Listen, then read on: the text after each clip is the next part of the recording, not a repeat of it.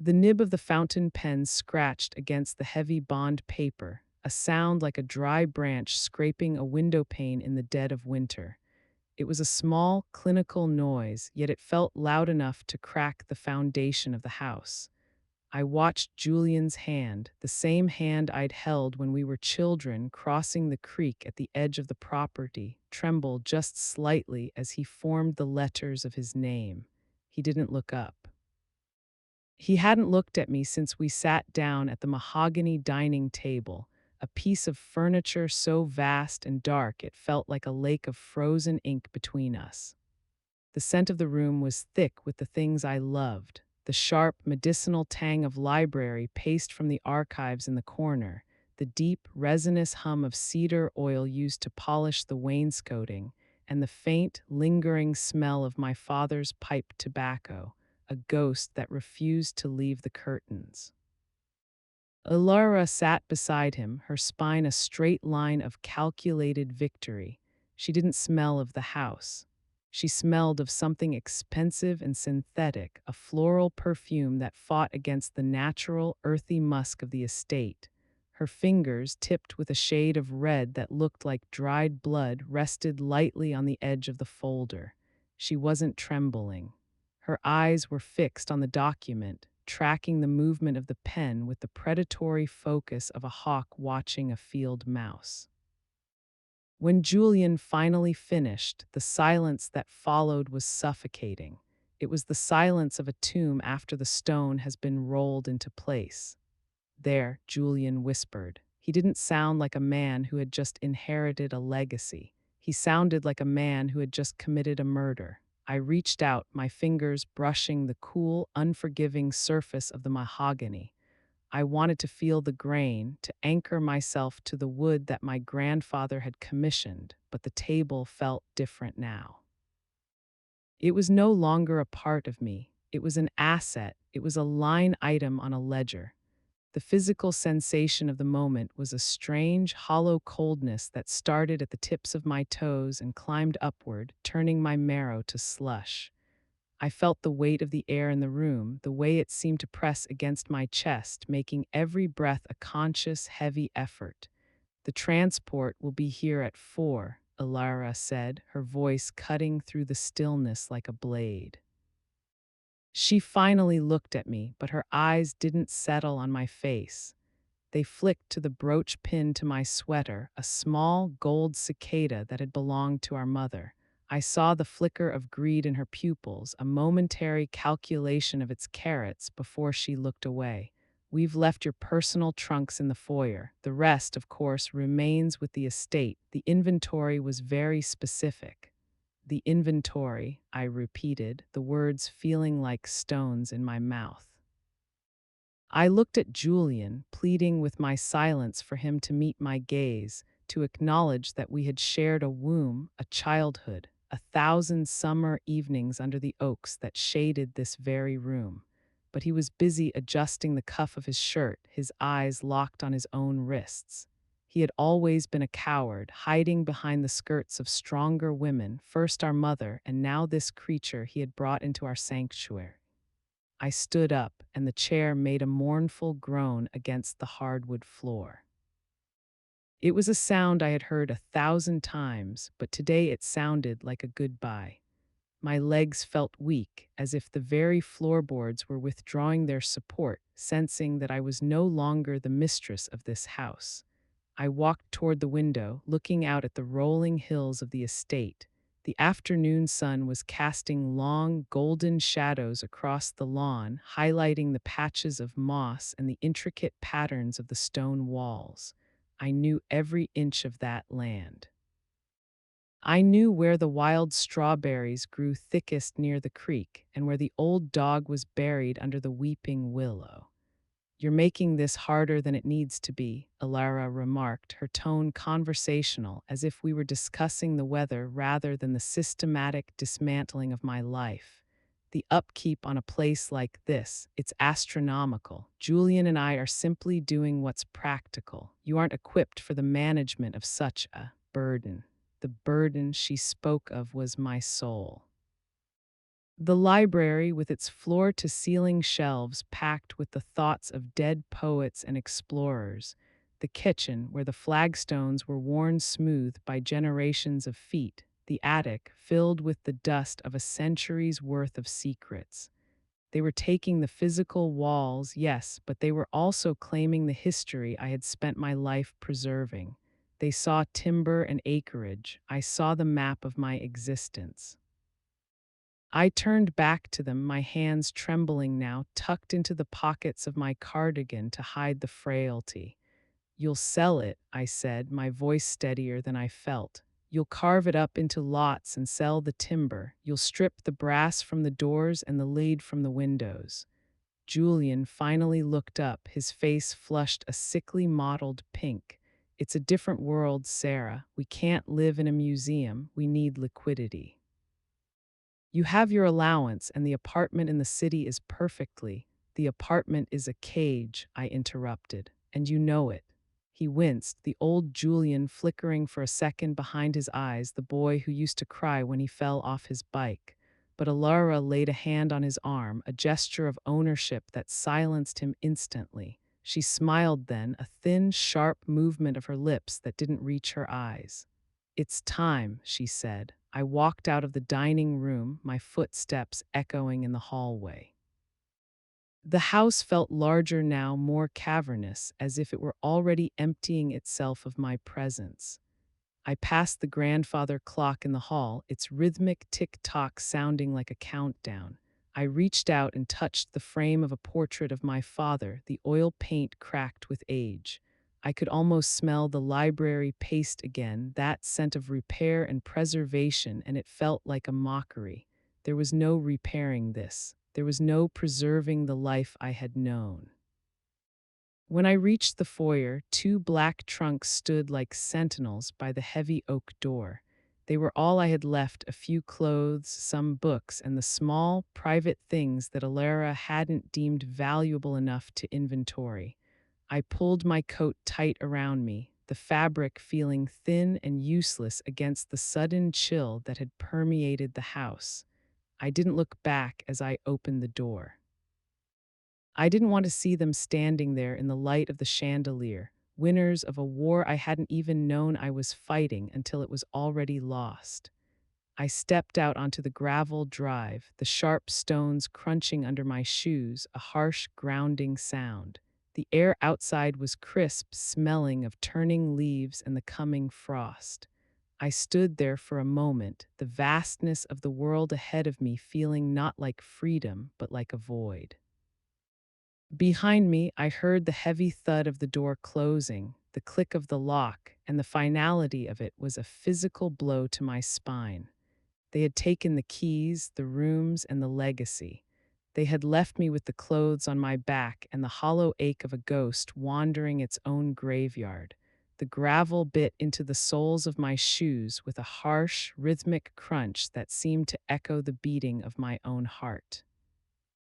Each step away from the house felt like a tether snapping, a slow motion unraveling of the only world I had ever known. I didn't call for a car. Ilara had made it clear that the arrangements did not include a driver.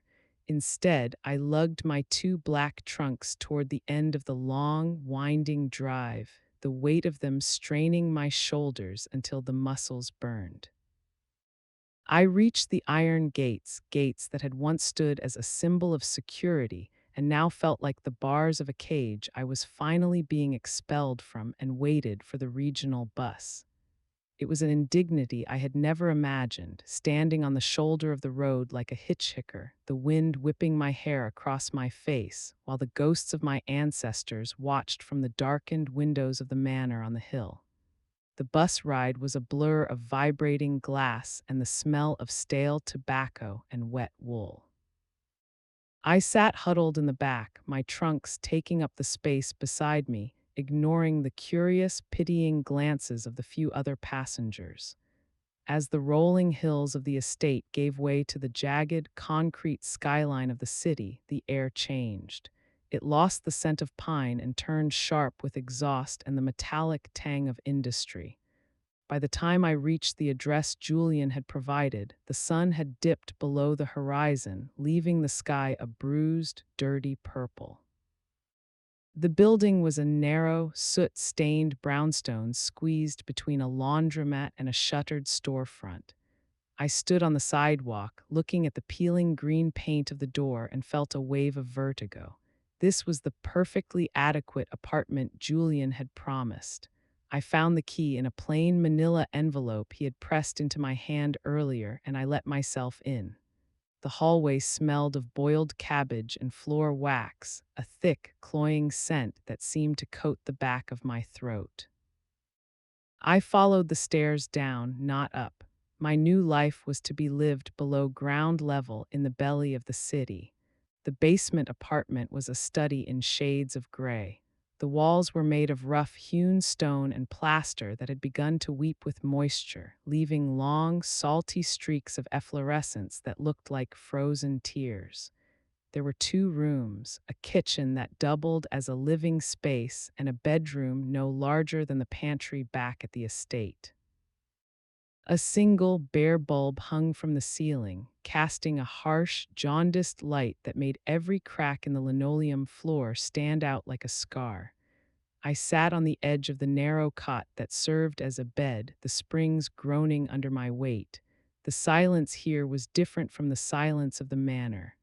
At the estate, the silence was alive, filled with the ticking of clocks, the settling of old timber, and the rustle of the wind in the oaks.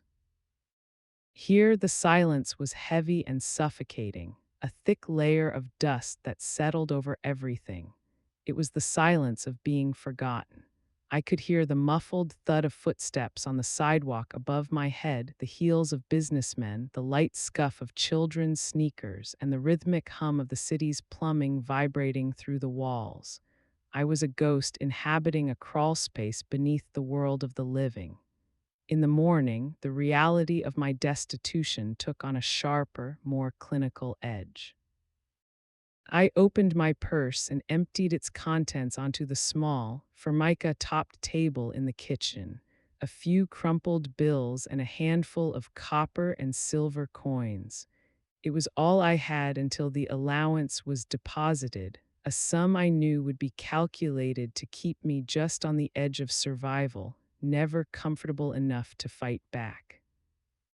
I dressed in my warmest coat, a heavy wool garment that had once been a staple of my autumn wardrobe and now felt like a relic of a vanished civilization, and stepped out to find bread. The air was biting, a precursor to the winter that was fast approaching. As I walked down the main thoroughfare, I stopped dead in my tracks. Directly across the street stood the Vane Memorial Library, a grand neoclassical structure of white granite. My grandfather's name was carved into the frieze in letters 3 feet high, a permanent testament to a legacy of philanthropy and power. I stood there, a woman who had just spent 10 minutes debating whether she could afford a jar of jam, staring at the monument to my own family's vanished wealth. The irony was a physical weight in my chest, a bitter pill that refused to be swallowed. My name was etched in stone for all the city to see, yet I was a stranger to the very prosperity it represented. I turned away, my face flushing with a sudden hot shame, and ducked into a small, cramped grocery store. The air inside was warm and smelled of overripe bananas and sawdust. I walked the aisles with a deliberate slowness, my eyes scanning the prices on the shelves. I found myself performing a frantic internal arithmetic, subtracting pennies for a loaf of day-old bread, a single tin of soup, and a small carton of milk. My fingers fumbled as I counted the coins out onto the counter, the copper clinking against the glass. The clerk, a young man with tired eyes and a smudge of flour on his cheek, didn't even look at me. To him, I was just another elderly woman living on the margins, a gray figure in a gray coat, counting out her life in small change. I walked back to the basement, the paper bag cradled against my chest like a shield. The dampness of the walls seemed to have intensified in the hour I was gone, a cold sweat that clung to the air. I sliced the bread. It was dry and tasted of nothing, and sat by the small, high window that looked out onto the street. From my vantage point at floor level, I could only see the feet of the people passing by. I watched the parade of shoes, polished leather, scuffed work boots, fashionable pumps, and realized that I was looking at the world from the perspective of the discarded. I was no longer Sarah Vane, the mistress of a great estate. I was the woman in the basement, a shadow beneath the granite history of her own name. The weight of that realization was heavier than the stones of the house I had lost, a crushing, silent pressure that promised to bury me long before the first snow fell. The bread was like sawdust in my throat, a dry, choking reminder of my current station. I washed it down with a sip of lukewarm water that tasted faintly of the lead pipes it had traveled through to reach me. As the sun began its slow, bruised descent behind the jagged skyline of the city, the shadows in my basement room lengthened, stretching out like the fingers of a skeletal hand. I couldn't stay here. The walls, weeping with the cold sweat of the underground, seemed to be inching closer, threatening to crush the last remnants of my dignity. I stood up, my joints protesting with a stiffness that had become my constant companion, and reached for my coat. It was a ritual now, a masochistic pilgrimage I performed every evening when the air turned blue and the world above began to sparkle with the artificial diamonds of street lamps. I walked with a purpose that belied my exhaustion, my boots clicking a steady, rhythmic beat against the pavement. The city fell away as I trekked toward the hills, the noise of the traffic fading into a low, distant hum. The air grew crisper here, smelling of pine needles and the damp, rich earth of well-manicured gardens. Finally, I reached the wrought iron perimeter of the estate, my estate. I did not approach the gate. To do so would be to invite the humiliation of a security guard's scrutiny, or worse, the pity of a passerby. Instead, I moved like a thief along the outer stone wall, finding the familiar notch in the masonry where the shadows were deepest. I stepped off the sidewalk and into the thicket of oaks I had planted 30 years ago. Back then, they were mere saplings, fragile things that I had tended to with a mother's devotion, worrying over every frost and every drought. Now they were towering sentinels, their bark rough and scarred, their branches interlacing to form a canopy that blocked out the moon. I pressed my back against the trunk of the largest oak, the one I had named for my father, and felt the vibration of the world through its wood. From this vantage point, I was a ghost watching a play. The mansion sat atop the rise like a crown of light, every window ablaze with a warm, golden glow that spilled out onto the rolling lawns. It looked beautiful, a masterpiece of architecture and ambition, but to me, it looked like a wound. I watched as the first of the cars began to arrive, sleek, silent machines that glided up the gravel driveway like sharks through dark water. The sound of the gravel crunching under tires was a sound I could feel in my teeth. It was the sound of my life being ground into dust. Valets in crisp uniforms scurried forward, their movements practiced and subservient. I watched as the doors opened and the guests stepped out, shedding the warmth of their vehicles for the cool evening air.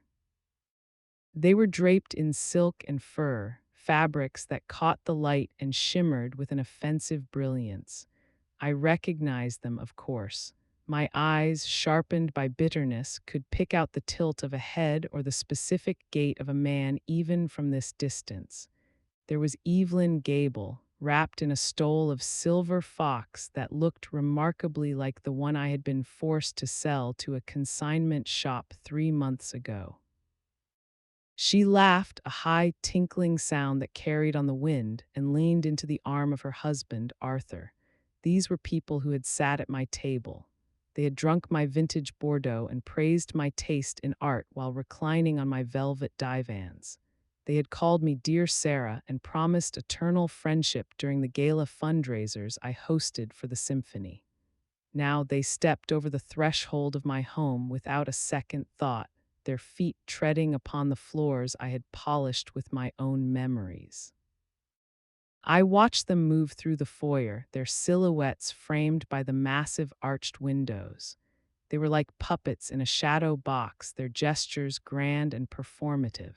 The vanity of it all was visceral. I could see the way they preened, the way the women adjusted their pearls and the men straightened their silk ties, each movement a testament to their own perceived importance. They were celebrating a world they had inherited by default, a world they had done nothing to build but were more than happy to inhabit. I watched the new mistress of the house, the woman who had replaced me, move among them. She wore a dress of emerald silk that flowed around her like liquid, a color I had always favored. She was younger, thinner, her face a mask of practiced grace that hid the predatory ambition I knew lurked beneath. She touched a hand to Evelyn's arm, a gesture of intimacy that felt like a physical blow to my chest. How easily they had replaced me. My presence had been scrubbed from the house like a stubborn stain, replaced by their hollow, glittering luxury. They stood in the drawing room, glasses of champagne held aloft, their faces illuminated by the chandeliers I had chosen piece by piece in Florence. I could almost smell the perfume, the cloying scent of lilies and expensive musk wafting through the open vents. It was a sensory assault, a reminder that the life I had built was now merely a stage for their mediocre drama. I stood in the darkness, the cold seeping through the soles of my boots, and realized that I was looking at a funeral, not mine but theirs. They were surrounded by beauty, yet they were blind to it. They saw only the status the house conferred, the power it projected. They didn't know the way the light hit the library floor at 3 in the afternoon or the specific creak of the third step on the grand staircase. They were tenants of a history they didn't understand, ghosts inhabiting a shell that still beat with the rhythm of my heart. A sudden gust of wind shook the oaks, sending a shower of dry leaves down upon me. I pulled my coat tighter, the wool scratchy against my neck. I was the woman in the shadows, the one who had planted the trees they now used for privacy. I was the architect of the atmosphere they were currently breathing.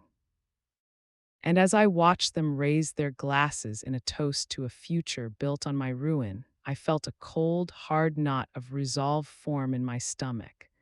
They had taken the stone and the silk, the silver and the gold. They had taken the name and the legacy. But as I turned to walk back down the hill toward my basement, leaving the lights of the mansion behind, I knew they had left me with the one thing they could never possess, the truth of what they were and the memory of what I had been. Their vanity was a hollow thing, a bubble of light in a vast, encroaching darkness, and I was the darkness that knew exactly how to wait. The walk back to the basement was a descent in more than just elevation. It was a physical shedding of the world I had once owned, a slow crawl from the heights of the ridge down into the damp, lightless hollow where I now lived. The air here was different. It didn't carry the scent of pine or the crisp, clean promise of the high ground. Instead, it was thick with the smell of wet concrete, old newspapers, and the faint, metallic tang of pipes that had seen better decades. I fumbled with the key in the rusted lock, my fingers numb from the cold, and when the door finally groaned open, the darkness of the room felt like a physical weight pressing against my chest.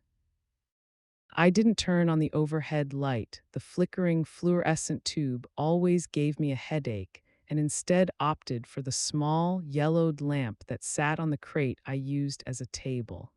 I was shivering, not just from the wind, but from the sheer, unadulterated audacity of what I had witnessed.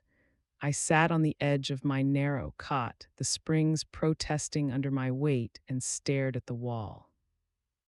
My mind was a chaotic blur of emerald silk and silver fox, a montage of faces that had once smiled at me with genuine affection, or so I had thought, and now looked through me as if I were a ghost. I reached for the small, portable television I had salvaged from a yard sale. It was a relic of a bygone era, its screen small and slightly curved, but it was my only window into the world that had cast me out. I turned the knob, the static hissing like a cornered animal before the picture finally flickered into focus. It was a local news segment, a social diary piece covering the very gala I had just been spying on. The resolution was poor, the colors bleeding into one another, but I didn't need high definition to recognize the setting. The camera panned across the ballroom, my ballroom, capturing the glitter of the chandeliers and the practiced smiles of the city's elite. And then the frame settled on her. Clarissa, my brother's wife, my sister in law. She was standing in the center of a semicircle of admirers, her head tilted back in a laugh that looked rehearsed even through the grainy broadcast. The interviewer, a woman in a garish red blazer, held a microphone toward her, her face alight with the fawning sycophancy that always accompanied those with money.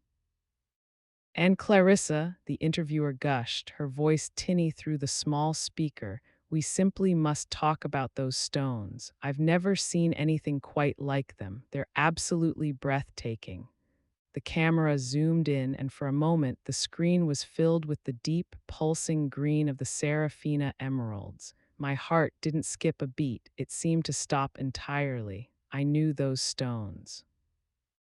I knew the weight of them against the collarbone, the way the platinum setting felt cool against the skin before warming to the body's temperature.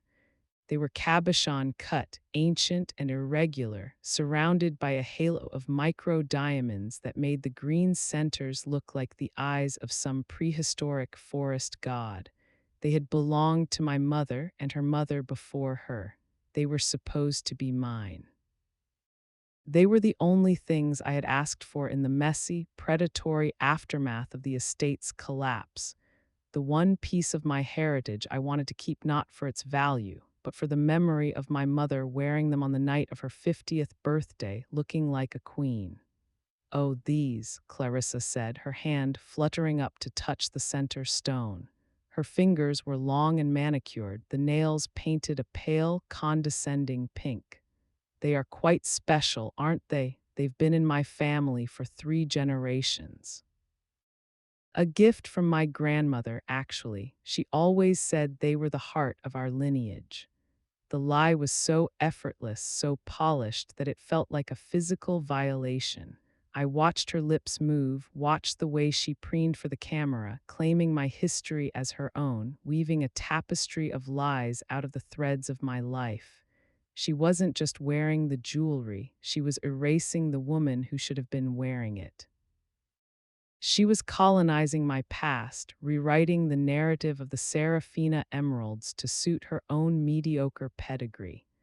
In that moment, the heat of my anger, the hot, impulsive rage that had burned in my gut since the day the locks were changed, suddenly died. It didn't dissipate, it transformed.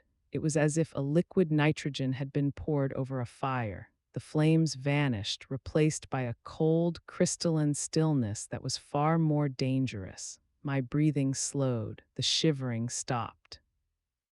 I sat perfectly still in the dim light of the basement, my eyes fixed on Clarissa's shimmering image, and I felt a profound sense of clarity. I was no longer the victim of a tragedy.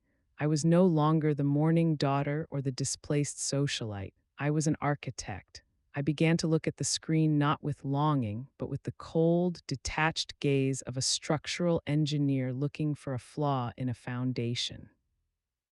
I watched Clarissa's body language, the way she leaned into the praise, the slight tremor of insecurity in her eyes when the interviewer shifted the focus for a second too long.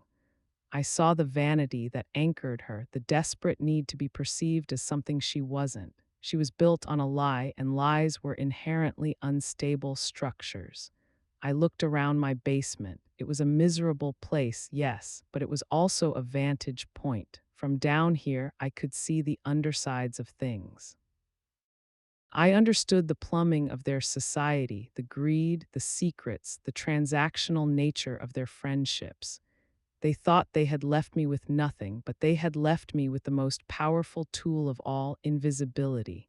They had forgotten I existed, and in their forgetting, they had become vulnerable. I stood up and walked to the small, cracked mirror above the sink. I didn't recognize the woman looking back at me. Her hair was dull, her skin pale, her eyes shadowed by exhaustion. But there was something in those eyes now that hadn't been there an hour ago. It was a hardness, a surgical precision of intent. I reached out and touched the glass, tracing the line of my own jaw. Clarissa wanted my lineage. I would give her a legacy she would never forget. She wanted the emeralds to be the heart of her family. I would ensure that heart became a weight that dragged her into the depths. I began to mentally catalog the people I had seen in that ballroom: Evelyn, Arthur, the others. I knew their debts. I knew their affairs. I knew whose money was tied up in offshore accounts and whose reputations were held together by nothing more than the silence of people like me.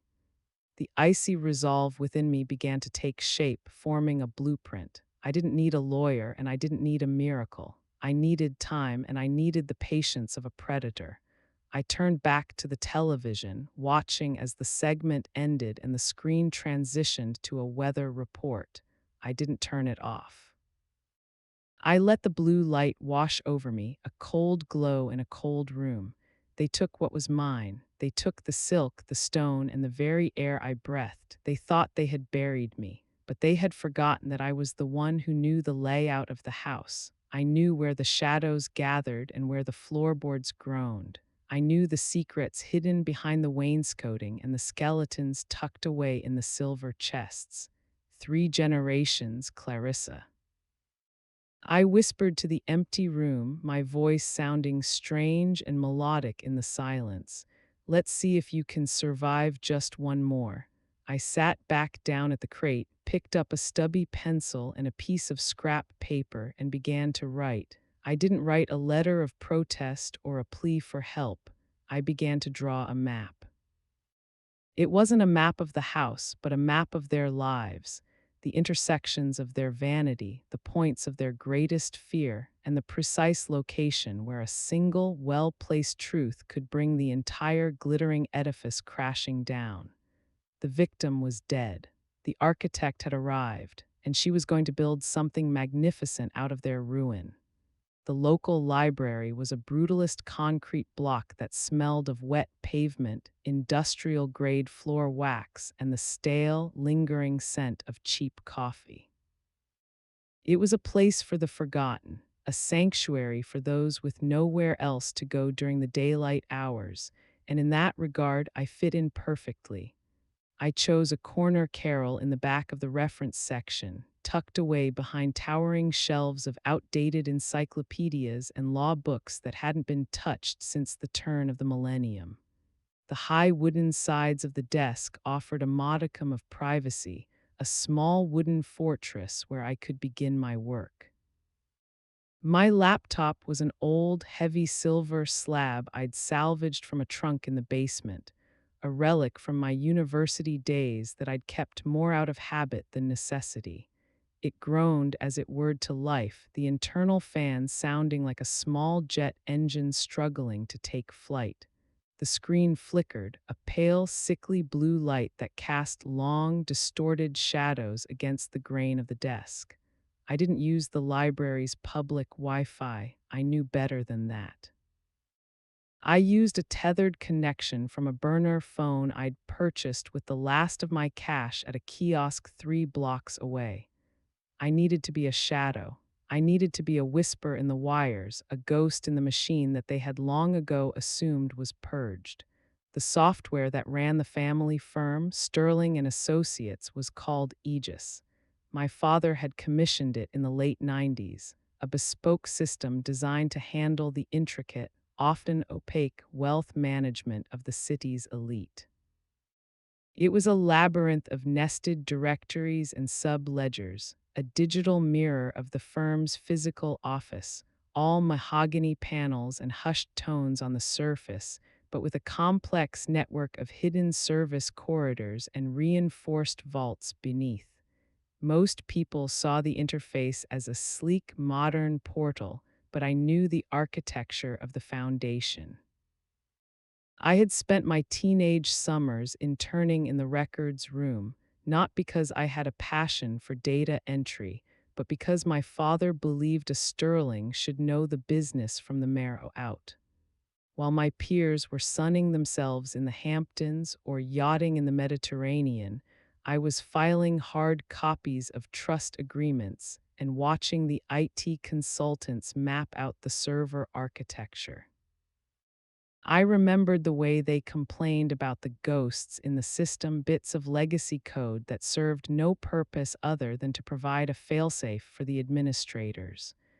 Those ghosts were my gateway. I typed in the first string, Vesper 62.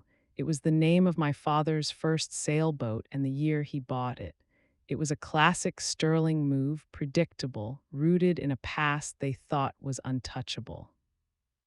The system hesitated, the little hourglass spinning with an agonizing slowness that mirrored the heavy thumping of my heart against my ribs. I could feel the sweat prickling at my hairline, the cold air of the library doing nothing to soothe the heat of my focus. Then the screen shifted. The Aegis logo appeared, but it was the old version, the one with the serif font and the gold leaf border that had been retired 5 years ago. I was in the back door, the administrative bypass that the new IT team likely didn't even know existed because it was buried under layers of modern encryption. The numbers didn't lie. They never do. Humans lie with their eyes, their voices, their carefully curated social media feeds, and their practiced smiles. But the ledgers, they are the honest skeletons of an empire. I began to pull up the quarterly reports for Sterling and Associates, my fingers moving with a muscle memory I hadn't realized I possessed. On the surface, the firm looked robust. Growth was steady, dividends were being paid, and the annual reports were glossy testaments to Arthur's visionary leadership. But as I navigated deeper into the miscellaneous operational expenses, the digital equivalent of a junk drawer where the inconvenient truths are often swept, I saw the first cracks. I saw large sums, rounded to the nearest thousand, being moved into an offshore holding company called Crestview Holdings. My breath hitched. I knew that name. It wasn't a business entity, it was the maiden name of Clarissa's mother. I felt a cold, sharp spike of satisfaction. Arthur was getting sloppy. He was funneling money to Clarissa to maintain her new money lifestyle, likely to keep her quiet or to buy the loyalty she so clearly craved. It was a classic embezzlement scheme, masked as consulting fees and market research. I dug further, my eyes burning from the glare of the screen. I looked for Evelyn. She was there too, hidden in the invoices for event coordination and luxury brand partnership liaisons. The amounts were staggering. They matched, almost to the dollar, the dates of her well-publicized European shopping sprees and the renovation of the guest wing she'd bragged about in Vogue. They weren't just running the company, they were cannibalizing it. They were eating the future of the firm to fund their present masquerade. The red flags weren't just numbers on a screen, they were the bloody fingerprints of their desperation. They were living on borrowed time and stolen money, and they were so arrogant, so convinced of their own untouchability, that they hadn't even bothered to hide the tracks well enough to foil someone who knew where to look. I watched the data flow past thousands of transactions, a digital river of greed.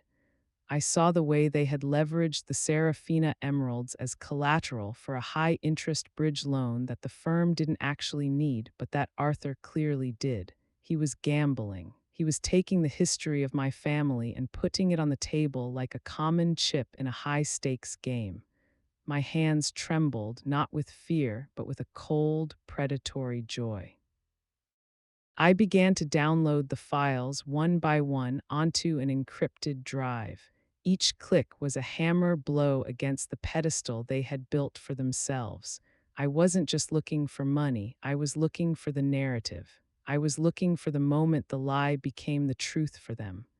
I found a series of emails archived in a deleted folder that Arthur had been too tech illiterate to actually wipe. They were from Clarissa, demanding more, complaining about the pittance she was being given to play the role of the grieving stepdaughter. Her words were sharp, demanding, and utterly devoid of the grace she projected to the world.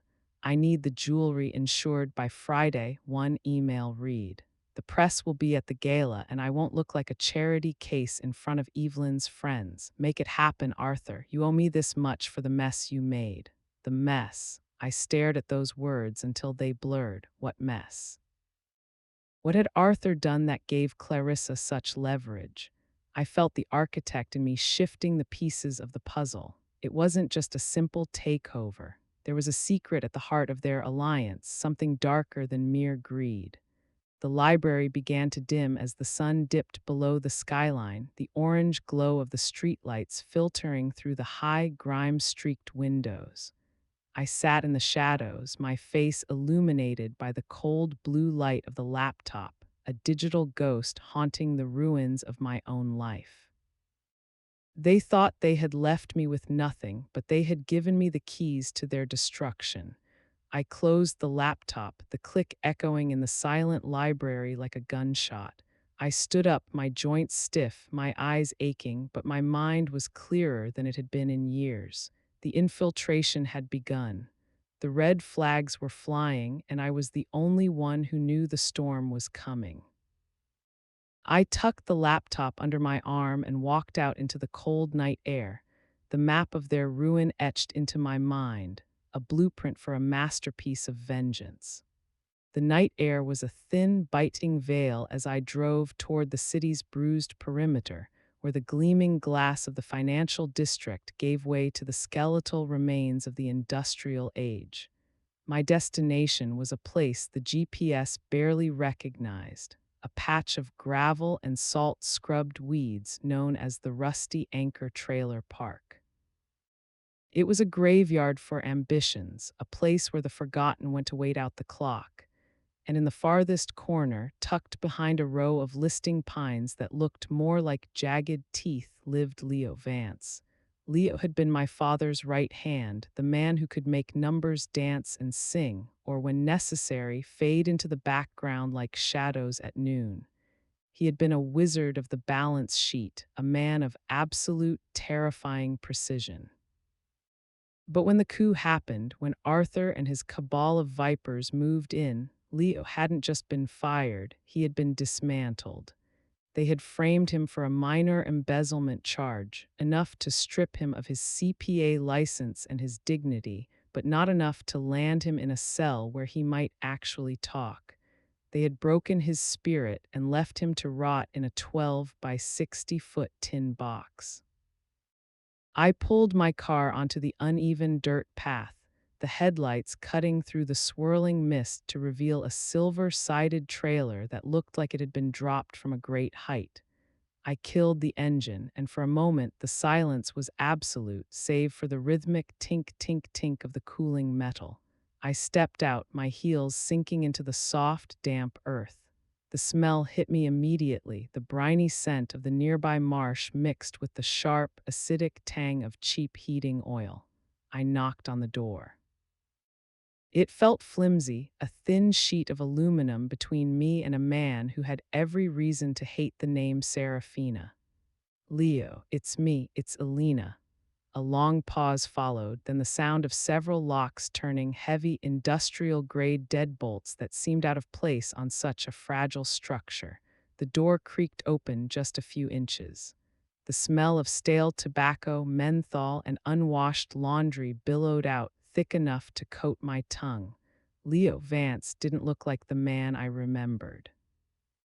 In my childhood, he had been a pillar of starched collars and expensive cologne. Now he was a ghost draped in a moth-eaten cardigan, his hair a wild, thinning halo of white. His eyes, however, were still the same piercing, predatory blue. They scanned me, searching for a threat before softening into a look of profound, weary recognition.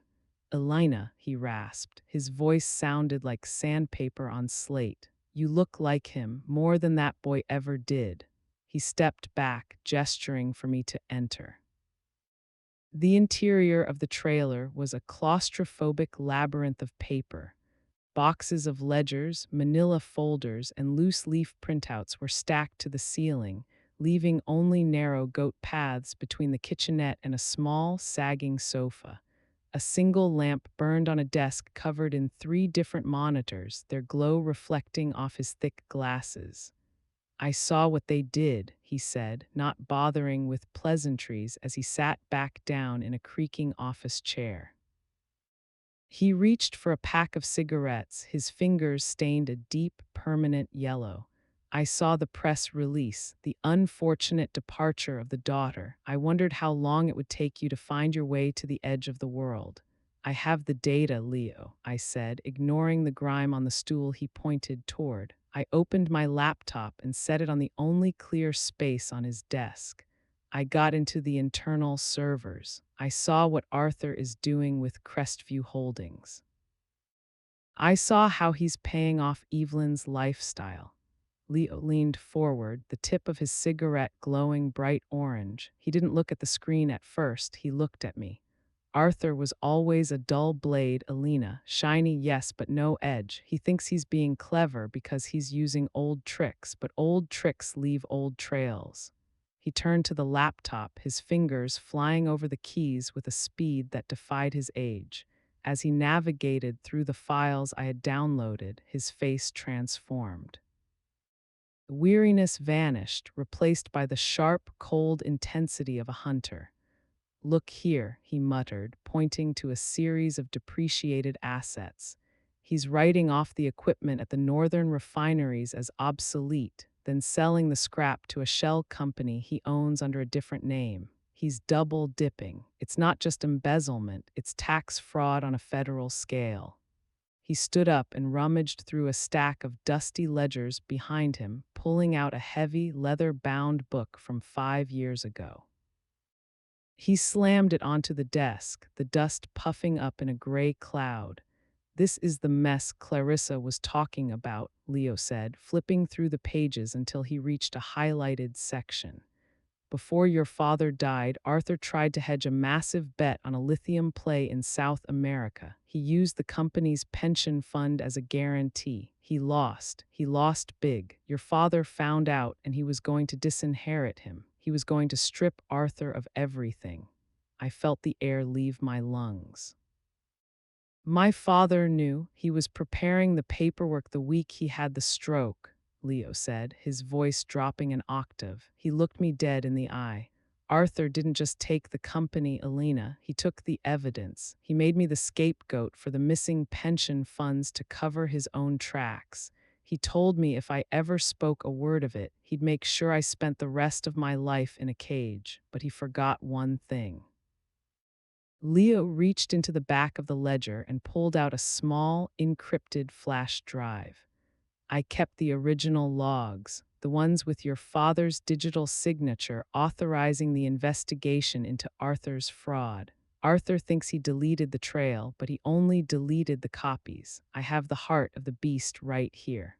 We spent the next 4 hours in that cramped, smoke-filled room, poring over the intersection of my digital heist and Leo's physical evidence. We mapped out the vulnerabilities. We found the exact point where Arthur had leveraged the Serafina emeralds, not just as collateral, but as a bribe to a board member who had been wavering on the takeover.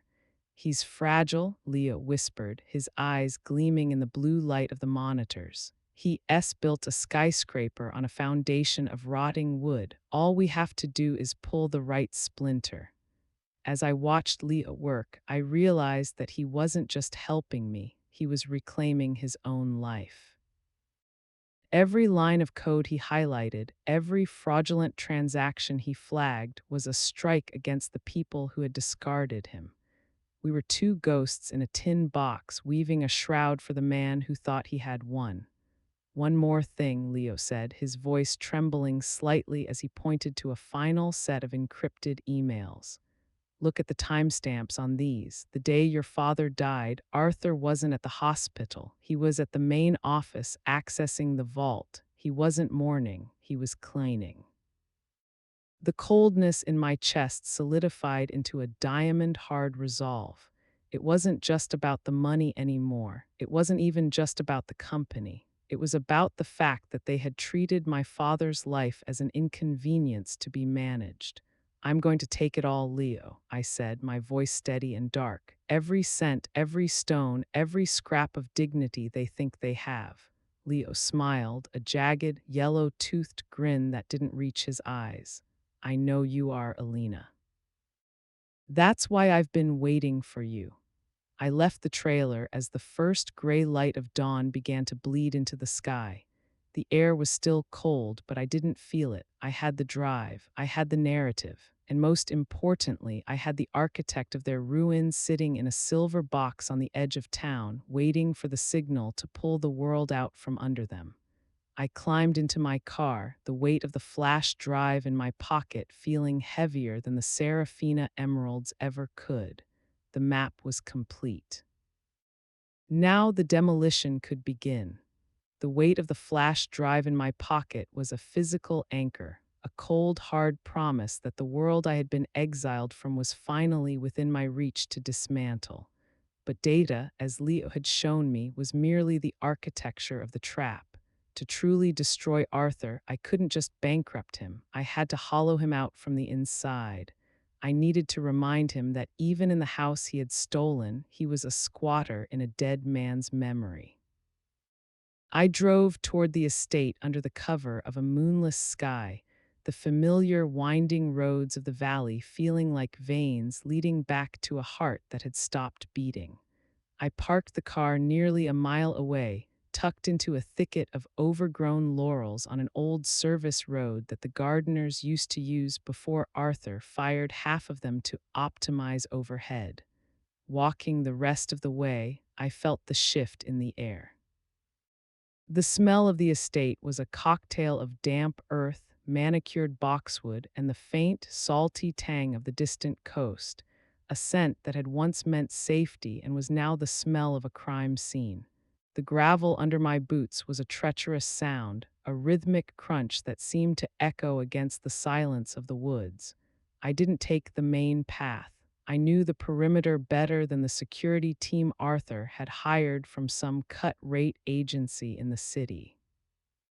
I knew where the infrared sensors had blind spots because of the way the ancient oaks bowed their heavy limbs. I knew that the third camera on the west wing had a faulty swivel motor that left a 6-second window of darkness every minute. I moved with a predatory patience I hadn't known I possessed, my breath shallow and controlled, my body a shadow against the silver-gray bark of the trees. As I reached the edge of the formal gardens, the house loomed ahead like a skeletal monument. It was ablaze with light, every window a glowing eye. Arthur had always been afraid of the dark, even as a child, though he'd never admit it. Now, with the weight of his father's death and a stolen empire on his shoulders, I could see that fear had grown into a full-blown obsession. He was trying to drown out his conscience with electricity.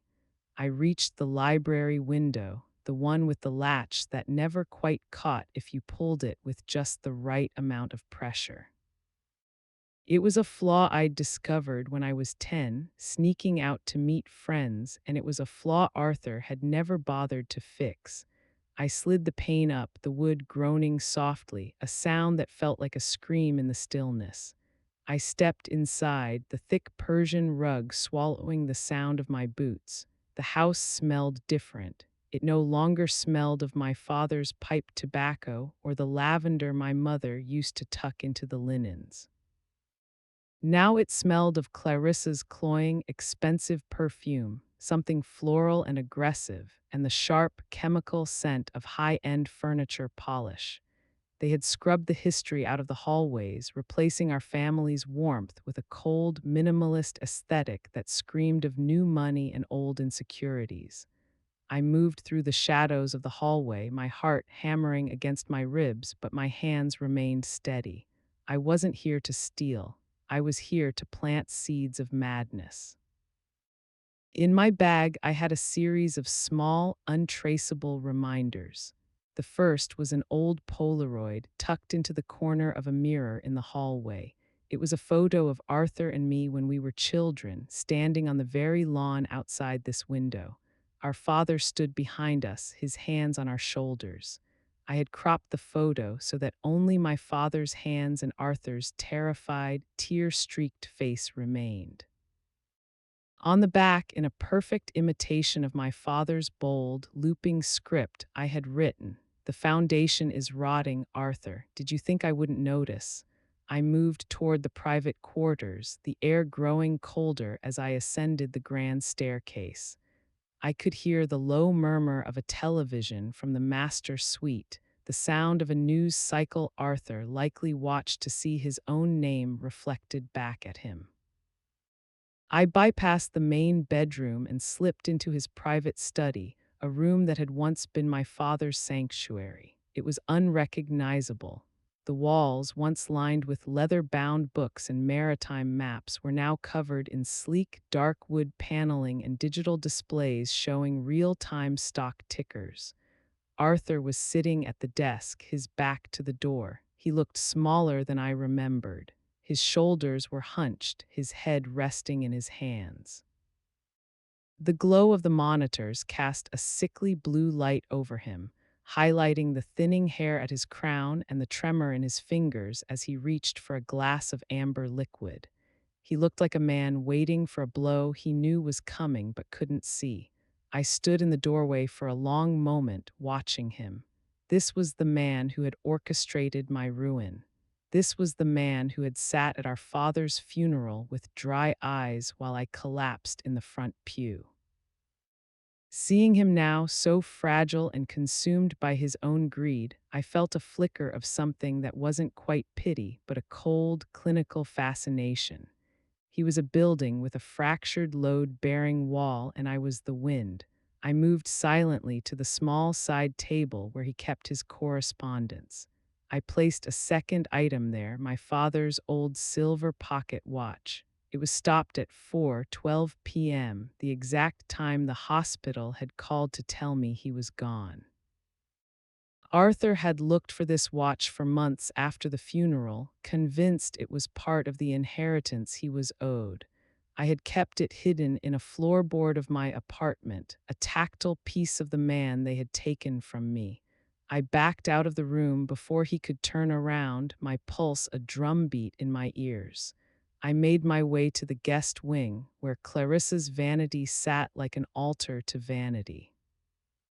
I left a final note there, tucked into her jewelry box, right next to a necklace I knew she'd bought with the first dividend check from the Serafina emeralds. It wasn't a threat, it was a question. How does it feel to wear a dead man's pride? I retreated the way I came, slipping through the library window and back into the cooling night air. I didn't run. I walked back to the edge of the woods and turned to look at the house one last time. Through the second-story window of the study, I saw the light flicker. Arthur had moved. I watched as he stood by the window, the silver pocket watch in his hand. Even from this distance, I could see the way he jerked his head around, looking at the empty corners of the room, his silhouette sharp against the artificial light. He looked like a man who had finally realized he wasn't alone in his house. He looked like a man who realized the ghosts weren't staying in the grave. The paranoia would start small. A misplaced object here, a familiar handwriting there. He would question the staff, then Clarissa, then his own memory. He would start to look at the shadows and see my father's face. He would look at the ledgers and see the blood on the ink. I reached the car and sat in the dark for a moment, my hands gripping the steering wheel until my knuckles turned white. The first strike was landed. It wasn't the digital kill shot Leah was preparing, but it was the one that would ensure Arthur was too distracted by his own demons to see the walls closing in. I started the engine, the low growl a herald of the storm I was bringing back to the valley. They had taken what was mine and left me with nothing, but they had forgotten that when you have nothing left to lose, and that makes you the most dangerous person in the room. As I drove away, the image of Arthur's shaking hand stayed with me. It was a beautiful beginning. The heist wasn't just about the money anymore. It was about the reclamation of a soul, and I was going to enjoy every agonizing second of the demolition. Arthur wanted the empire, but he was about to find out that an empire built on a lie is just a very expensive cage, and I held the only key. The drive back to the city was a blur of sodium lights and the rhythmic thrum of tires against the pavement, a low-frequency hum that vibrated through my bones. I didn't turn on the radio. The silence was my only companion, and it was a heavy, expectant thing. My mind was a theater replaying the image of Arthur in his study, the way his shadow had stretched across the floor, distorted and jagged, mirroring the fracture I had just introduced into his carefully curated reality. By the time I reached my small, temporary apartment on the edge of the district, the sun was a bruised purple smear on the horizon. I didn't sleep. You don't sleep when the foundations are finally beginning to groan. Instead, I spent the morning preparing for the next phase. The charity auction at the Metropolitan Gallery was a fixture of the social season, the kind of event where the wealthy paid exorbitant sums for the privilege of appearing generous. It was exactly the sort of stage Clarissa craved. She had spent years clawing her way toward this specific brand of validation, and I knew she wouldn't miss it, especially not now, when the Serafina emeralds needed to be flaunted to prove she still held the crown. I chose my armor with a surgical precision that would have made my father proud. I wasn't going as myself. That woman was a ghost, a legal non-entity buried under a mountain of forged death certificates and offshore accounts. I was going as Mrs. Evelyn Thorne, a widow of indeterminate but significant means, a name borrowed from a ledger of a defunct shipping firm. The dress was a deep midnight navy silk, so dark it bordered on black, with a high collar and long sleeves that hid the tension in my arms. But the centerpiece was the veil.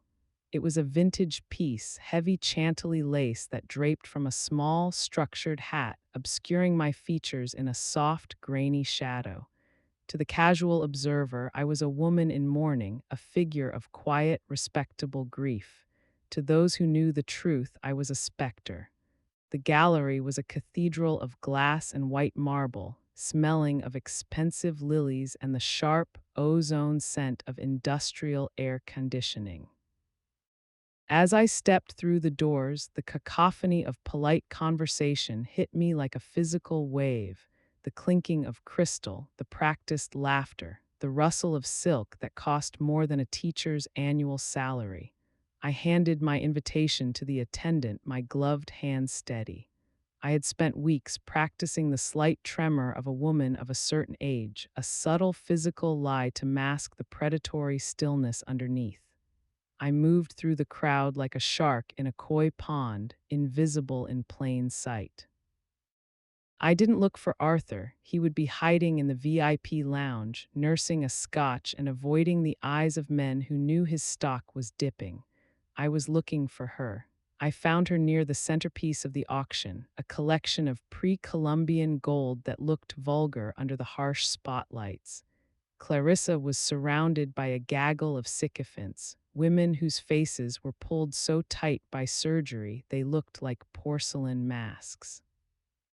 She was wearing a gown of pale gold that shimmered with every calculated breath, but it was the necklace that drew the eye. My mother's emeralds. They sat against her skin like cold green eyes, mocking the woman who had stolen them. I circled the perimeter, closing the distance until I was standing barely 3 feet behind her, pretending to examine a catalog of art I had no intention of buying. The proximity was electric. I could see the fine down of hair on the back of her neck, the way her diamond earrings caught the light, and then the scent hit me. It was Clive Christian #1. It was a scent that shouted of excess, a cloying, heavy floral that attempted to drown out the world. But beneath the layers of rose and jasmine, I smelled something else, something sour and metallic. It was the scent of stress sweat, the kind that no amount of expensive French perfume can truly mask. It was the smell of a woman who was terrified of being found out. It really is a marvelous piece, Clarissa, one of the women chirped, gesturing to the emeralds. Arthur outdid himself this time. Clarissa's laugh was a brittle, glass-thin sound. He has an eye for legacy, she said, though her voice lacked the triumphant lilt it usually carried. I stepped closer, my shoulder almost brushing hers as I reached for a flute of champagne from a passing tray. Up close, the illusion of her perfection began to fray. In the harsh, unforgiving light of the gallery, the makeup couldn't hide the sallow tint to her skin or the fine, frantic lines around her mouth. But it was her eyes that told the real story. As she turned slightly to address another guest, I saw them through the mesh of my veil. They were hollow. There was a frantic, darting quality to her gaze, as if she were constantly checking the exits, looking for a shadow that didn't belong. She looked like a woman living in a house of cards, listening for the first breath of wind. "Are you all right, dear?" the other woman asked, her voice dropping an octave. "You seem distracted." "Just a headache," Clarissa snapped, then immediately softened her tone with a practiced, predatory smile. "The planning for the autumn gala has been exhausting. You know how Arthur is perfection or nothing." I felt a cold, clinical satisfaction bloom in my chest. The seeds I had planted the night before, the pocket watch, the note, the silent intrusion, were already germinating. They were whispering to her in the quiet moments, making her question the very air she breathed. She wasn't just wearing my mother's jewels, she was wearing the weight of the theft, and it was beginning to crush her. I moved to stand directly beside her, our elbows inches apart. I didn't speak. I simply stood there, a dark, silent pillar in her periphery. I saw the way she stiffened, the way her hand flew to the emeralds at her throat, her fingers fumbling with the clasp as if the stones had suddenly become too hot against her skin. She turned her head toward me, her eyes searching the lace of my veil, trying to pierce the gloom to see the face beneath. For a heartbeat, we were suspended in time. She saw nothing but her own reflection in the dark mesh, but she felt the presence. She felt the coldness of a ghost who refused to stay dead. Her breath hitched, a small, ragged sound that was lost to the room but loud as a gunshot to me. "Excuse me," she whispered, her voice trembling. She didn't wait for a response from her friends. She turned and hurried toward the powder rooms, her gold train hissing against the marble floor like a dying snake. I didn't follow her. I didn't need to. I watched her go, realizing with a clarity that was almost blinding that they were already beginning to crumble. The empire they had built on the ruins of my life was a hollow shell, held together by nothing but the momentum of their own lies. They hadn't just taken what was mine, they had taken the burden of it, and they weren't strong enough to carry the weight. I set my untouched champagne glass down on a nearby table.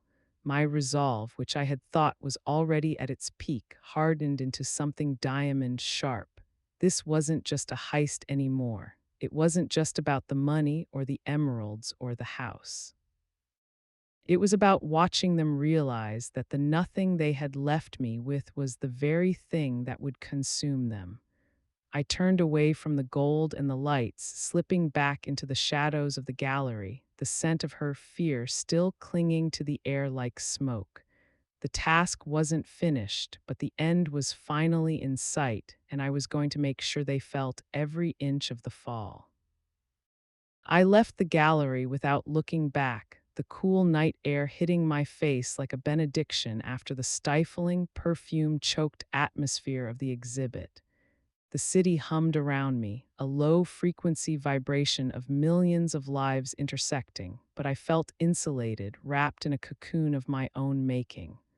I walked for several blocks, my heels clicking a steady, rhythmic cadence against the pavement, a sound of purpose, of inevitability.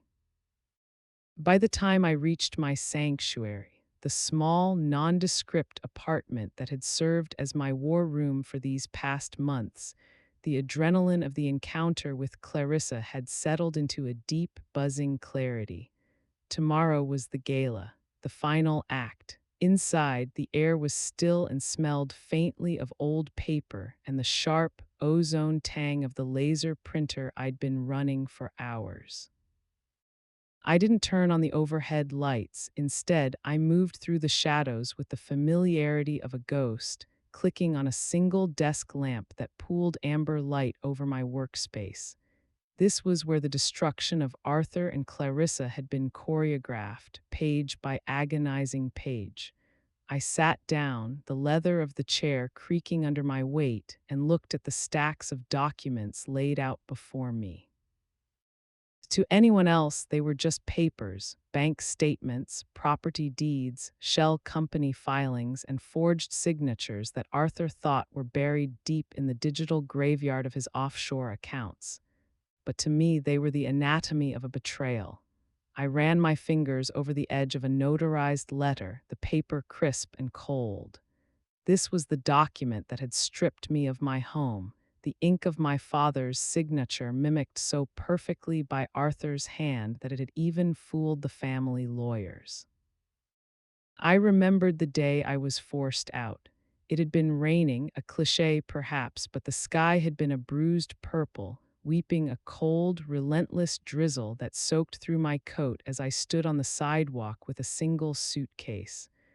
Arthur had stood behind the wrought iron gates of the estate, his hands in his pockets, looking at me not with malice, but with a terrifying, clinical indifference. To him, I wasn't a human being he had grown up with. I was a line item that needed to be deleted to balance his books. Clarissa had been upstairs, no doubt, already picking out which of my mother's paintings she would move to the guest wing. That woman, the one who had stood shivering in the rain, was dead. She had died somewhere between the third month of living in a residential hotel and the first night she had spent mapping out the vulnerabilities in Arthur's security systems. In her place was something forged in a much hotter fire. I picked up a pen and began the final organization of the dossiers. I worked with a surgical precision, my movements slow and deliberate. I checked the dates, the account numbers, the cross-referenced evidence of the embezzlement Arthur had used to fund his philanthropic ventures. I felt a strange, detached sense of wonder at the sheer scale of his arrogance. He had been so certain of my weakness that he hadn't even bothered to hide the tracks well enough. He had simply assumed I would never have the resources or the will to look. As I tucked the final sheet into a sleek black folder, a profound silence descended upon the room. It was the kind of silence that exists at the center of a hurricane, the eye of the storm where the wind ceases to howl and the world holds its breath. I leaned back, closing my eyes, and let the quiet wash over me. I wasn't angry anymore. Anger is a volatile fuel. It burns bright and hot, but it leaves behind ash. What I felt now was something far more potent, a crystalline, unwavering resolve. I was no longer a victim seeking redress. I was a force of nature reclaiming its territory. I was the inevitable consequence of their choices. I stood up and walked over to the corner of the room where my attire for the gala was draped over a mannequin. It was a gown of deep midnight blue, so dark it was almost black, the fabric a heavy silk velvet that swallowed the light. Beside it sat the mask, not a lace veil this time, but a delicate silver filigree that would hide my identity while making me look like a creature of myth. I touched the velvet, feeling its weight. Tomorrow night, I would walk into their world, into the very heart of their celebration, and I would pull the thread that would unravel it all. I thought of the emeralds around Clarissa's neck. They were mine by blood, but they were hers by theft. She thought they gave her status, but they were actually a noose, tightening with every breath she took in my presence. I could still see the way she had looked in the gallery, the frantic, darting eyes, the sweat breaking through her expensive foundation. She knew, somewhere in the lizard brain that governed her survival, she knew the shadows were closing in. I moved to the window, looking out at the city skyline. Somewhere out there in the gilded heights of the penthouse, Arthur was likely sipping a 20-year-old scotch, congratulating himself on another successful year of pillaging the lives of others. He felt safe. He felt untouchable. He believed that because he had taken everything, I was left with nothing. He was wrong. When you take everything from a person, you don't leave them with nothing. You leave them with freedom. I had no house to protect, no reputation to uphold, no social standing to lose. I was the ghost in the machine, the glitch in his perfect life. I was the nothing that was going to consume his everything. I felt a smile touch my lips, not a smile of joy, but a baring of teeth. The preparation was done, the trap was set, the documents were the teeth, and the gala was the jaw. All that remained was for the clock to strike the hour. I turned away from the window, the darkness of the apartment wrapping around me like a familiar cloak. I would sleep tonight, a deep and dreamless sleep, because for the first time in years, I knew exactly who I was and exactly what I was about to do. The woman they had kicked out of her home was gone, and the architect of their ruin was ready to take her place. My father's legacy wasn't the money or the house, it was the iron in my spine, and tomorrow, Arthur and Clarissa would finally learn what happens when that iron is sharpened into a blade. The weight of the midnight blue velvet was a physical grounding, a heavy, tactile reminder that I was no longer the woman who had been cast out into the rain. As I pulled the zipper up, the sound was a sharp, metallic hiss in the quiet of the room. I stood before the mirror and adjusted the silver filigree mask. It pressed against my cheekbones, cool and unforgiving, transforming my reflection into something ancestral, something elemental. My eyes, dark and focused, peered through the intricate metal webbing like a predator watching from the brush. I didn't look like a socialite. I looked like an executioner dressed for a ball. The Grand Pier Hotel was a monument to the very excess Arthur craved. Tonight, its ballroom was a sea of white lilies and gold leaf, the air thick with the cloying scent of expensive floral arrangements and the sharp, acidic undertone of vintage champagne.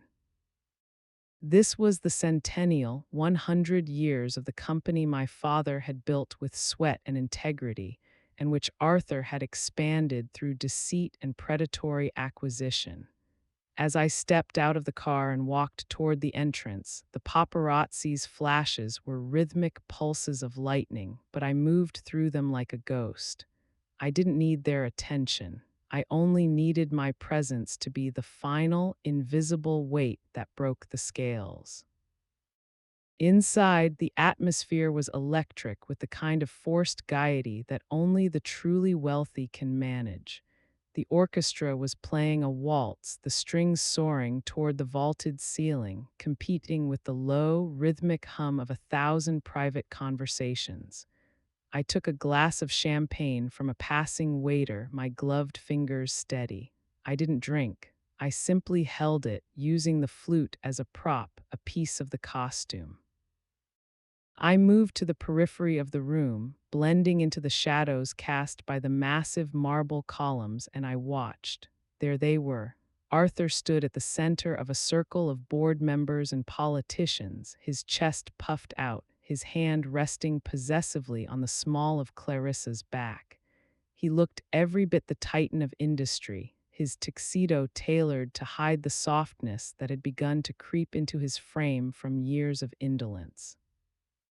Clarissa was a vision in pale gold, a shimmering trophy designed to reflect his success, and there, nestled against the hollow of her throat, were the emeralds. Even from across the room, they pulsed with a deep, verdant fire. They looked heavy, a literal weight of stolen history hanging from her neck.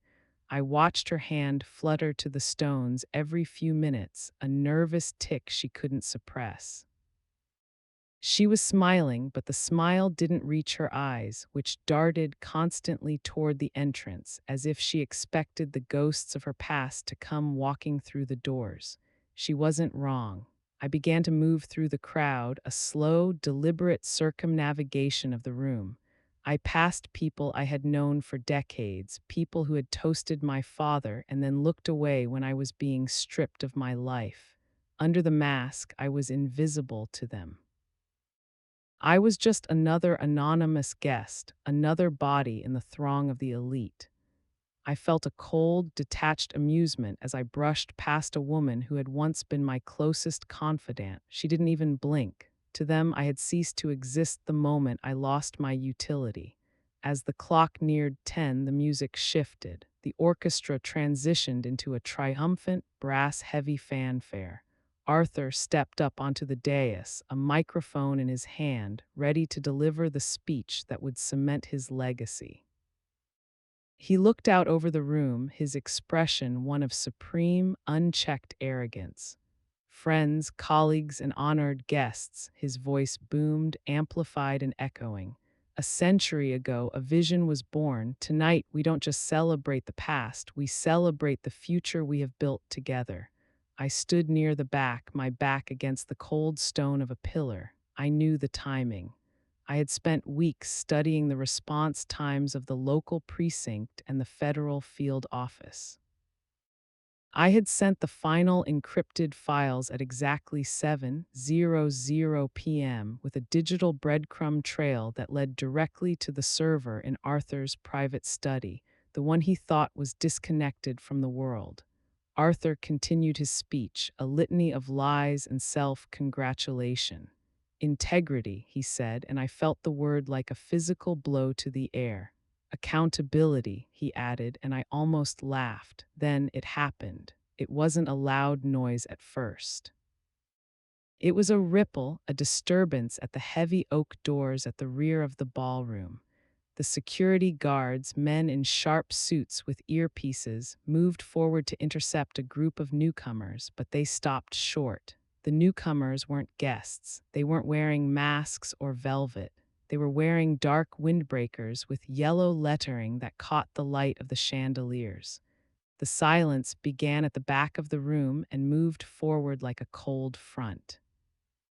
It was a jarring, unnatural quiet that swallowed the music and the clinking of flutes. The orchestra, sensing the shift, faltered. The violinist's bows skipped across the strings, and the cellist let out a low, discordant moan before the music died completely. Arthur stopped mid-sentence, his brow furrowing. He shielded his eyes against the spotlights, trying to see into the back of the hall. "Is there a problem?" he asked, his voice still amplified, sounding tinny and vulnerable in the sudden vacuum of sound. The lead agent, a man with a face like granite, didn't answer with words. He held up a warrant. The local police officers behind him fanned out, their boots heavy and rhythmic on the polished marble, a sound of reality crashing into a fantasy. I watched Clarissa. Her hand went to the emeralds, her fingers clutching them so hard her knuckles turned white. She knew. The lizard brain I had sensed in her before was screaming now. She took a step back, away from Arthur, as if she could distance herself from the sinking ship. "Arthur Vance," the agent's voice carried through the silent room, unassisted by any microphone. "We have a warrant for your arrest on charges of federal securities fraud, embezzlement, and racketeering." The gasp that went through the room was collective. a sharp intake of breath from 300 people who had spent their lives pretending that consequences were for other people. Arthur's face went from a flush of irritation to a sickly, pale gray. He looked down at the microphone in his hand as if it were a venomous snake, then dropped it. The thud as it hit the carpeted dais was like a gavel striking. "This is a mistake," Arthur stammered, his voice cracking. "Do you have any idea who I am? Who is on my board?" "We know exactly who you are, Mr. Vance," the agent replied, his voice devoid of emotion. "And we have the ledgers to prove it, all of them." As the agents moved toward the dais, the crowd parted like the Red Sea, no one wanting to be caught in the blast radius of his downfall. I stayed where I was, a shadow among shadows. I watched as the handcuffs were brought out, the cold, dull steel a stark contrast to the gold and glitter of the room. When they snapped shut around Arthur's wrists, the sound was small, but to me it was the loudest thing I had ever heard. I caught Clarissa's eye for a fleeting second. She was looking wildly around the room, searching for an exit, for a friend, for anyone. Her gaze landed on me, the woman in the midnight blue velvet and the silver mask. For a heartbeat, she froze. I didn't move. I didn't gloat. I simply stood there, an immovable witness to her ruin. I saw the moment she realized who I was. I saw the terror bloom in her eyes, a recognition that the nothing she had left me with had come back to claim its due.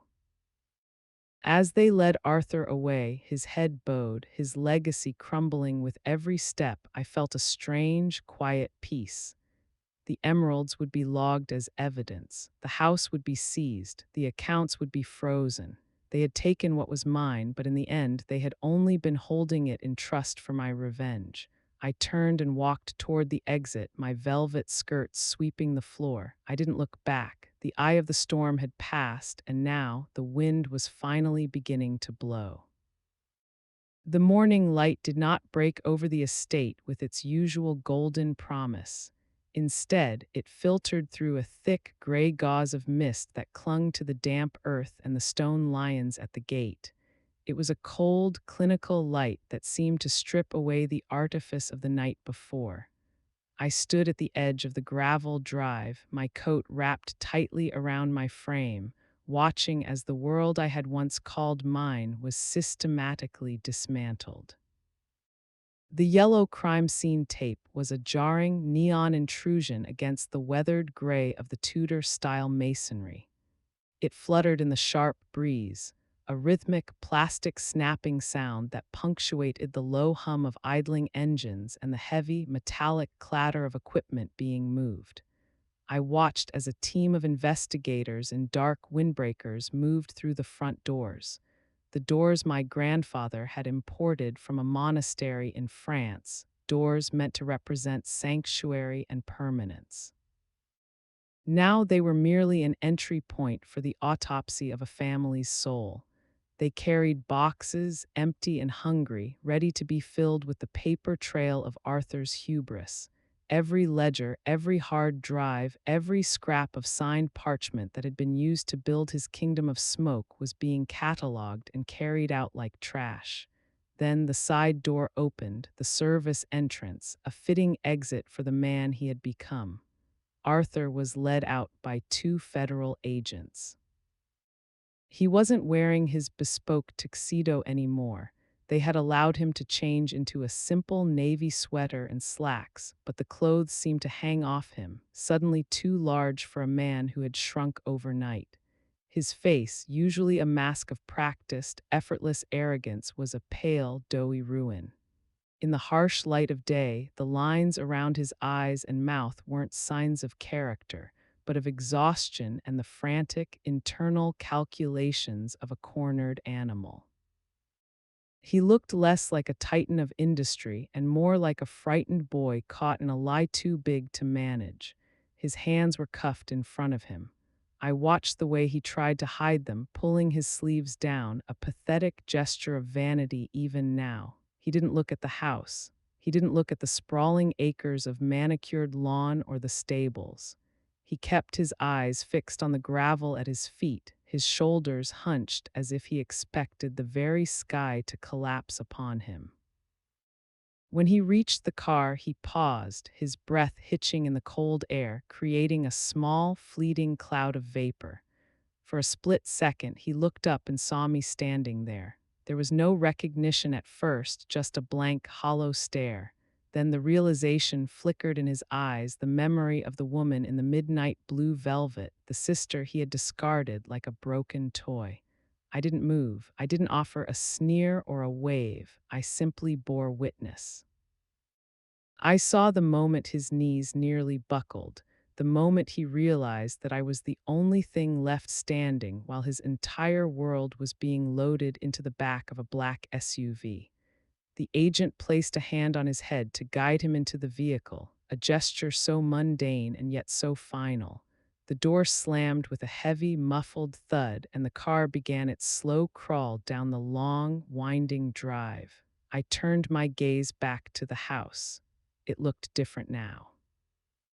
The windows, which had glowed with the warmth of 1,000 candles the night before, were dark and vacant, like the eyes of a corpse. I could see the silhouette of an investigator in the library, my father's library, pulling books from the shelves to check for hidden safes. That room had been the heart of our history, a place of leather-bound wisdom and quiet conversations. Now it was a crime scene.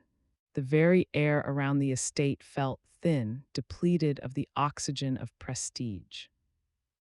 Clarissa was nowhere to be seen, likely sequestered in a back room or already being driven to a different location for questioning. I imagined her without the emeralds, without the silk, her face scrubbed clean of the expensive creams and the practiced smiles. Without the trappings of the Vance name, what was left of her? A hollow shell, a parasite that had finally run out of a host. I began to walk, my boots crunching on the gravel, tracing the perimeter of the cordoned-off area. I felt a strange, light-headed sensation. For years, I had carried the weight of this place, the memory of what it was supposed to be, the grief of what they had turned it into, and the burning, incandescent rage of being cast out. I had arrived here weeks ago with nothing but a suitcase and a heart full of cold embers. I had watched them take the last of my inheritance, my dignity, and my name, and I had thought I was ruined. But as I looked at the yellow tape and the black cars, I realized the truth. They hadn't taken anything that actually mattered. They had taken the bricks, the mortar, the gold-leafed frames, and the offshore accounts. They had taken the things that could be seized, audited, and sold at auction. But the thing they had tried so hard to bury, the core of who I was, the integrity that Arthur had mocked as a weakness, that was the only thing left in the clearing. I stopped by the old oak tree near the gates, the one we used to climb as children before we learned how to hurt each other. I placed my hand on its rough, indifferent bark. It didn't care about federal warrants or embezzled millions. It simply existed. I felt a profound sense of alignment, as if the jagged pieces of my life were finally clicking into a new, albeit scarred, configuration. I had no estate. I had no fortune. I was, by every material metric, a woman with nothing. And yet, as I watched the last of the investigators' cars pull away, leaving the house to its new, silent life as a government asset, I felt a surge of something I hadn't felt in decades. It wasn't happiness, that was too flighty a word for this. It was dignity. It was the quiet, unshakable knowledge that I had survived the worst they could do, and I had come out the other side with my soul intact. They had taken what was mine, but in doing so, they had inadvertently stripped away the cage I had been living in. I was no longer the disgraced sister or the impoverished relation. I was just me. The slate wasn't just clean, it was gone. And as I turned my back on the Vance estate for the very last time, I didn't feel the weight of loss. I felt the incredible, terrifying, and beautiful lightness of being free. The wind picked up, catching the scent of damp earth and coming winter, and I started to walk toward the main road, not looking back, my footsteps steady and sure on the path I would now carve for myself. The walk to the main road was longer than I remembered, or perhaps it was simply that I was experiencing the distance for the first time without the insulating glass of a town car. My boots, once polished to a mirror shine for a life of galas and boardrooms, were now caked with the red clay of the estate's outer perimeter. I didn't stop to wipe them. Every step away from those wrought iron gates felt like a layer of lead being stripped from my shoulders. By the time I reached the bus stop, a rusted pole with a fading schedule, the sun had begun its slow descent, casting long, skeletal shadows across the asphalt. I waited there, a woman with a single suitcase and a name that had just become a punchline in the financial news, and I felt a strange, bubbling laughter in my chest. I was a ghost leaving a graveyard, and for the first time in 50 years, I didn't have to look over my shoulder to see who was watching. The months that followed were not easy, but they were honest. I moved to a city where the name Vance meant nothing more than a street sign in a different zip code. I found a small apartment on the fourth floor of a brick walk up, a place where the radiator hissed like a grumpy cat and the floorboards groaned under my weight. It was a space smaller than my father's walk-in closet, yet it felt vast. There were no portraits of ancestors judging my every move, no heavy velvet curtains dampening the sound of the world outside. I took a job in a small, independent bookstore, spending my days surrounded by the smell of old paper and the quiet murmurs of people looking for stories that weren't their own. My hands, once accustomed to the cool touch of pearls and silk, grew familiar with the dry heat of a coffee mug and the rough edges of cardboard shipping boxes. I learned how to cook for one, how to budget for the electric bill, and how to sleep without the hum of a security system monitoring my breath. Today, I find myself in a public park, a sprawling patch of green in the middle of this gray, bustling city. It is a Saturday, and the air carries the crisp, biting edge of late autumn. I am sitting on a simple wooden bench, the slats slightly weathered and peeling with a pale green paint that has seen too many seasons. I can feel the grain of the wood through my coat, a solid, unyielding presence beneath me. This bench doesn't belong to me, and yet it is more mine than the Louis XIV chairs I once sat upon. I don't have to protect it. I don't have to prove I deserve it. I am simply here, a body occupying space in a world that asks nothing of me but my presence. I look down at my hands resting in my lap. They are older now, the skin thinner, the veins more prominent, traced like blue rivers across a well-worn map. There are no rings on my fingers. The emeralds were seized, the diamonds sold to pay for a lawyer who couldn't save a man who didn't want to be saved. For a long time, I thought the absence of those stones made me less. I thought the sparkle was what gave my hands their purpose. But as I watch the way the fading light catches the fine lines around my knuckles, I see the strength in them. These are the hands that carried my own luggage. These are the hands that scrubbed the floors of my new life. These are the hands that turned the pages of books I finally had the time to read for pleasure rather than for appearance. They are clean not because they've been pampered, but because they have nothing left to hide. Across the path, a young couple is walking a golden retriever that is far too excited for the narrow walkway. They are laughing, their shoulders bumping together in that easy, unthinking intimacy of the young. I watch them without envy. Once I would have looked at them and seen only the potential for betrayal, the inevitable rot that sets in when two people try to build a life on the shifting sands of expectation. But now I see the beauty in the moment itself. It doesn't have to last forever to be real. I've learned that the hard way. Everything I thought was permanent, the family legacy, the fortune, the social standing, was just a theater set designed to be struck the moment the play was over. What is real is the cold air filling my lungs and the way the dog's tail thumps against the ground. The wind picks up, a sharp gust that tosses a handful of dried maple leaves across my boots. They are vibrant oranges and deep bruised purples, the colors of a fire burning itself out. I feel the chill on my cheeks, a stinging reminder that I am alive, that my nerves still fire, that my heart still beats a steady, rhythmic drum. Arthur is in a federal facility now, a place of concrete and fluorescent lights where his name is just a number on a jumpsuit. I heard through the grapevine that Clarissa tried to sue for a portion of the remaining assets, only to find there was nothing left but debt and a reputation so toxic no one would take her calls. I don't hate them anymore. Hate requires an investment of energy that I am no longer willing to make. They are the past, and the past is a country I have no interest in visiting again. I lean back against the bench, closing my eyes for a moment. I think about the word mine.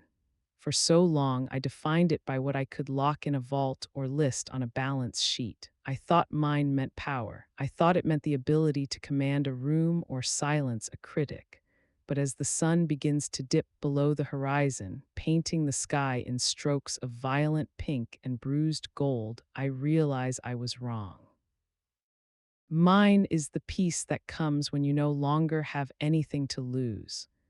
Mine is the quiet, grounded strength of a woman who was stripped of everything and found that the core of her being was unbreakable. They took the gold, but they left the iron. The sunset is magnificent. It is a grand, wordless finale to a day that was unremarkable in every other way. The light spills over the city, turning the glass towers into pillars of fire and the asphalt into a river of bronze. I stay on my bench, watching until the last sliver of orange disappears and the first stars begin to poke through the deepening violet of the sky. I am not cold, despite the falling temperature. There is a warmth inside me, a small, steady flame that I tended myself, fueled by the scraps of a life I rebuilt from zero. I stand up slowly, my joints stiff but reliable. I smooth the front of my coat, a simple wool garment I bought at a thrift store, and I feel a profound sense of satisfaction. I have a small apartment to go back to, a pot of tea to brew, and a book waiting on the bedside table. I have my name, which I have reclaimed and scrubbed clean of its former associations. I have my dignity, which no one can seize or auction off. As I begin to walk toward the park exit, my footsteps even and sure on the darkened path, I realize that I am not the woman who was left with nothing. I am the woman who finally has everything that matters. The world is wide, the night is young, and for the first time in my life, I am exactly where I am supposed to be. I walk into the shadows of the city, a silhouette of quiet triumph, leaving the ghosts of the Vance estate to fade into the dark, while I step forward into the light of my own making.